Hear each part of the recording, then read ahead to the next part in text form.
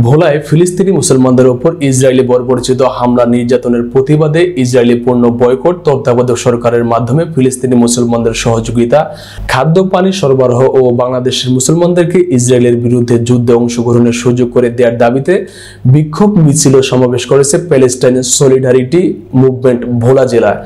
আমাদের সহকর্মী রিয়াজুস সালেকিন বাদশাহ জানান, বুধবার ভোলা হাটখোলা মসজিদ চত্বরে সকল রাজনৈতিক, সামাজিক, সাংস্কৃতিক সংগঠনের সমন্বয়ে লক্ষ্য জনতার উপস্থিতিতে এই বিক্ষোভ সমাবেশ অনুষ্ঠিত হয়।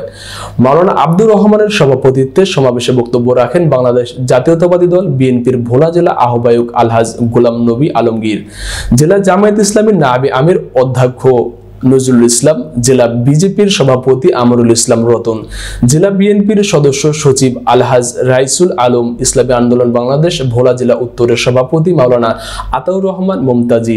সমাবেশে বক্তারা বলেন, আজ জালেমদের বিরুদ্ধে সর্বোচ্চ জিহাদ ঘোষিত হয়েছে। যতদিন পর্যন্ত এই জুলুম পৃথিবী থেকে নিশ্চিহ্ন না হবে ততদিন পর্যন্ত আমাদের এই জিহাদ চলতে থাকবে এবং গাজা ইসরায়েলি হামলা বন্ধ করা না হবে ততদিন পর্যন্ত ভোলার মুসলিম জনতা রাজপথে জাগ্রত থাকবে। বিশ্বের 200 কোটি মানুষের সাথে ভোলার মানুষ ঐক্যবদ্ধ। শহীদ রাষ্ট্রপতি জিয়াউর রহমান বিশ্বের মুসলিম দেশগুলোকে ঐক্যবদ্ধ করার জন্য যে কাজ করে গিয়েছিলেন তা আবার শুরু করার জন্য বিশ্বের মুসলিম দেশগুলোর প্রতি আহ্বান জানান বক্তারা। আপনারা জানেন, গাজায় যেভাবে ইহুদিরা আমার মুসলমান মা বোনদেরকে হত্যা করেছে তার তীব্র নিন্দা করছি। সাথে সাথে ডক্টর ইউনূসকে বলতে চাই, আপনি বর্ডার খুলে দেন, আপনি বর্ডার খুলে দেন। বাংলাদেশের মুসলমান লং মার্চ করে গাজায় গিয়ে তাদের বিরুদ্ধে অস্ত্র ধরবে। আল্লাহ যদি সুযোগ দেয় তাহলে আমি সর্বপ্রথম লং মার্চ করে ওই নেতা নিউরু এবং ট্রাম্পকে হত্যা করে তার রক্ত দিয়ে গোসল করব, এই আশা রেখে আমি আমার বক্তব্য এখানে শেষ করছি। আজকে ফিলিস্তিনি এবং গাজায় যে বর্বরচিত হামলা এবং যেভাবে মানুষকে গণহত্যা করেছে, গণহত্যা করতেছে, তারই সংহতি জানিয়ে আজকের এই একটি জনসভা অনুষ্ঠিত হয়েছে।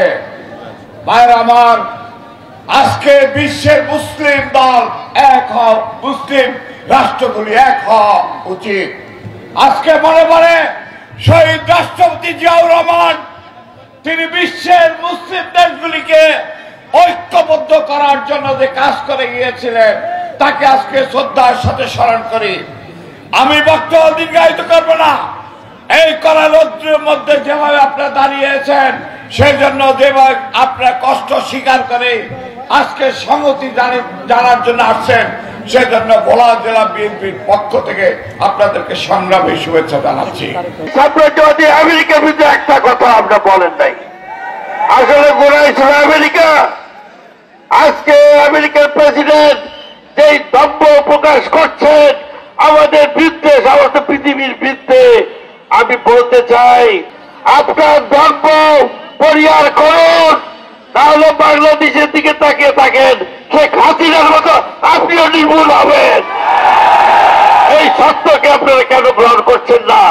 ইনশাল্লাহ আমরা পৃথিবীবাসী এক হয়েছি, আমরা নিন্দা জানাচ্ছি, আমরা সলিডারিটি প্রকাশ করছি, কিন্তু আমি বলছি আরব জাহাজকে বলছি, আরব রাষ্ট্রগুলিকে বলছি, আপনারা কি করছেন?